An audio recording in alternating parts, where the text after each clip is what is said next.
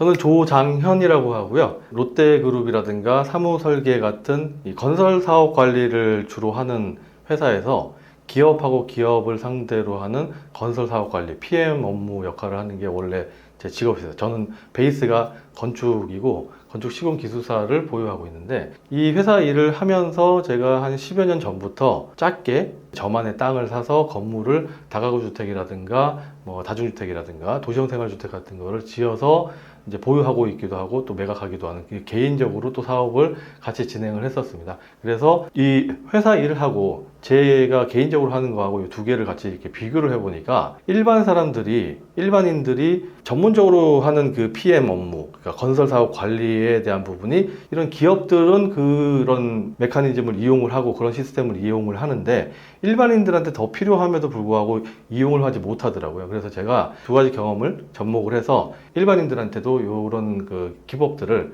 이렇게 아리켜드리고 같이 도와드리는 작업들을 지금 하고 있어요. 일반적으로 사람들이 부동산 투자라고 생각을 하게 되면 아파트를 사놓고 이제 기다리는 거죠.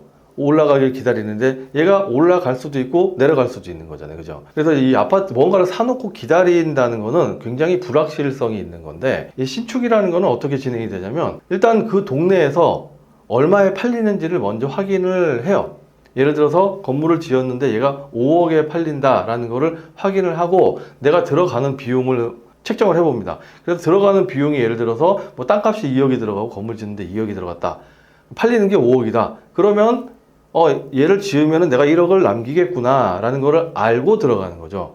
그런데 만약에 5억에 팔린다는 걸 확인을 했는데 땅값이 3억이고 공사비가 3억이에요. 그래서 6억이 들어가요. 그러면 얘는 안 하면 되는 겁니다. 그래서 신축이라는 거는 일반적으로 우리가 기다리는 부동산 투자가 아니고 내가 만들어가는 부동산 투자다 보니까, 이 젊은 친구들 같은 경우에는 기다릴 시간이 있죠. 그리고 자기가 생활비를 따로 다른 일로 해서 벌 수 있기 때문에 여기에서 굳이 어떤 현금 흐름이 안 나와도 되는 케이스가 굉장히 많아요. 30대하고 40대라면. 그런데 40대하고 50대라 그러면 이제 퇴직도 준비를 해야 되기 때문에 뭔가 현금 흐름이 나와야 됩니다. 그리고 기다리는 투자를 할 수가 없어요. 시간이 이제 얼마 안 남았습니다. 그러다 보니까 5억에 팔 수 있다. 그런데 들어가는 비용이 4억이다. 그러면 들어가고, 5억에 팔 수 있는데 6억에 내가 지을 수 있다. 그러면 안 하는, 이런 간단한 구조의 부동산 투자를 하시는 게 정답이다 라는 말씀을 드리고, 제가 이제 서울에서의 시세 차익에 대한 부분하고, 그리고 서울 외 지역 수도권에서 월세 수익이 어떻게 나오는지에 대해서 두 개를 한번 비교를 해서 사례를 보고 말씀을 한번 드리겠습니다.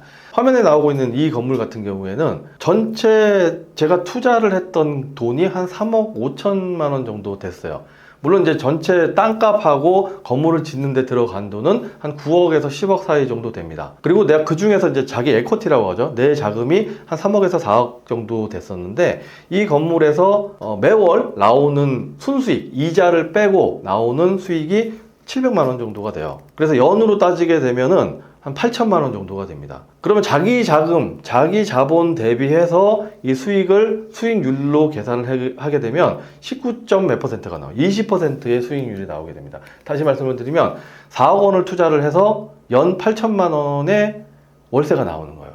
그러면 수익률이 20%가 되는데 내가 하는 일은 거의 없습니다. 여러분들이 이제 다가구 주택이나 원룸 건물을 소유하게 되면은 그 관리가 어렵다라고 말씀하시는 분들이 계시는데, 저는 그 얘기를 들을 때마다 안 해본 사람이 하는 얘기구나 라고 생각을 해요. 관리할 게 정말 없습니다.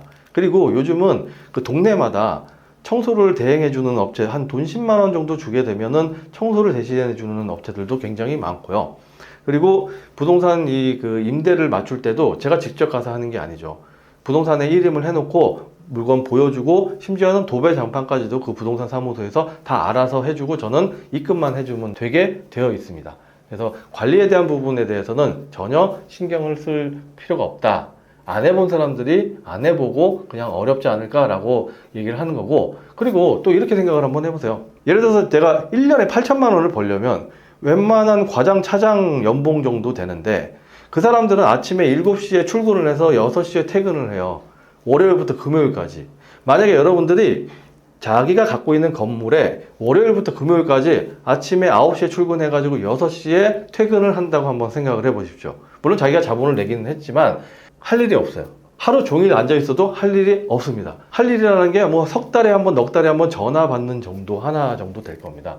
그거하고 이렇게 비교를 해보면 관리가 어렵다는 얘기는 전혀 여기에 해당하지 않는다, 맞지 않는다라는 거를 여러분도 아실 수가 있으실 것 같아요.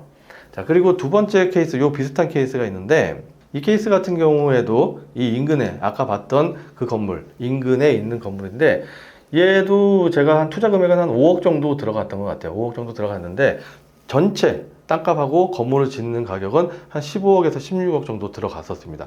그 중에서 이제 내 자본이 5억이라는 얘기고, 얘는 이자를 빼고 순수익이 한 830만 원 정도가 나와요. 그러니까 이 동네도 월세가 원룸이 50만 원에서 60만 원 정도 됩니다. 아시는 분은 아시겠지만 서울에서도 웬만한 지역에서는 월세가 50만 원에서 60만 원 정도 돼요. 그런데 이 동네에도 월세가 50만 원에서 60만 원 정도 됩니다. 저기 울진 같은 데 있잖아요. 저기 경상도 울진이나 대한민국의 웬만한 동네의 신축 원룸 같은 경우에는 대부분 50만 원 전후를 해요. 대신 서울과 비교했을 때 땅값이 10분의 1이죠. 그러다 보니까 수익률이 서울에 비해서 월등히 높을 수밖에 없는데, 이 건물 같은 경우에도 마찬가지예요. 이 건물 같은 경우에도 원룸이 월세가 한 55만 원 정도를 받고 있는데 월 순수입이 830만 원이고 연으로 따지게 되면 1억 원이에요. 그런데 이 건물에 들어간 제 순수 에쿼티 투자 금액은 5억 원이기 때문에 연 1억을 벌기 때문에 얘도 수익률이 20% 정도 됩니다.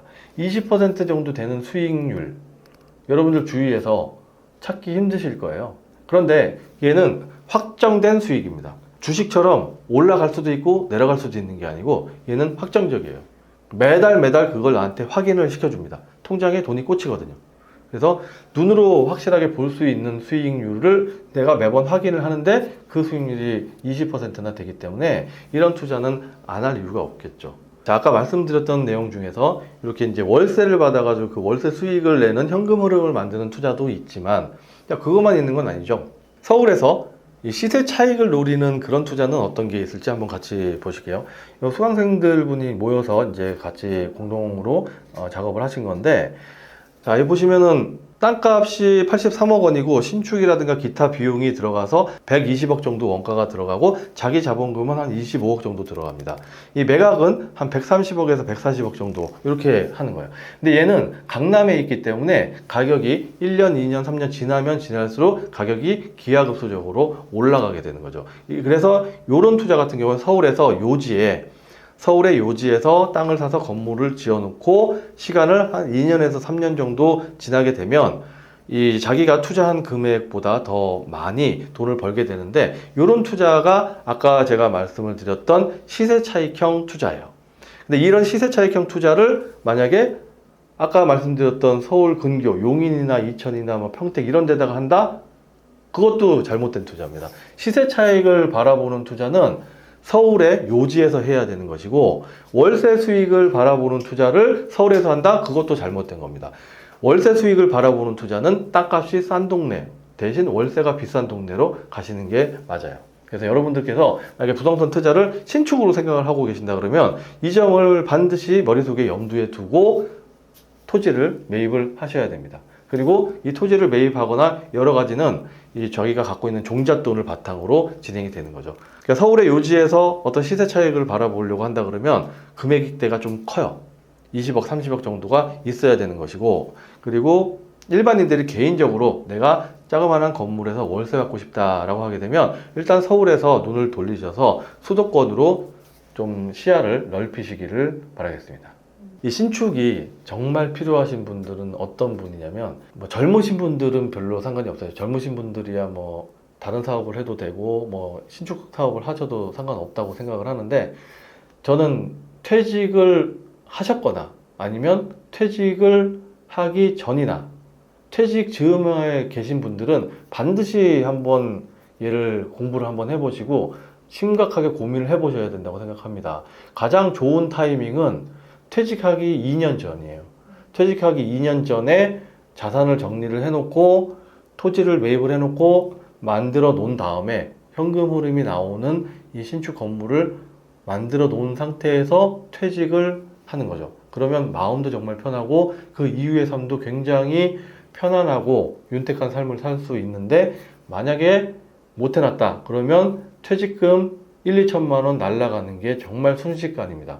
그래서 퇴직금이 순식간에 날아가기 전에 퇴직하기 2년 전, 3년 전쯤에는 반드시 신축을 준비를 하시고 내가 가지고 있는 자산, 여태까지 모아놨던 자산, 그게 아파트든 빌라든 전세든 자가든 간에 그 금액을 확인을 한 다음에 그 금액에 맞는 월세 흐름이 나오는, 현금 흐름이 나오는 물건은 어디에 어떤 것이 있는지를 공부를 하신 다음에 적정한 선에서 현금 흐름이 나오는 신축 이 투자를 반드시 한번 생각을 해 보셔야 된다. 그리고 늦더라도 퇴직한 다음에 2년 안에는 하셔야 된다. 이게 퇴직한 다음에 2년이 지나게 되면 제가 주위에서 보게 되면 사람이 굉장히 이게 의기소침해집니다. 모든 게 다 무서워져요.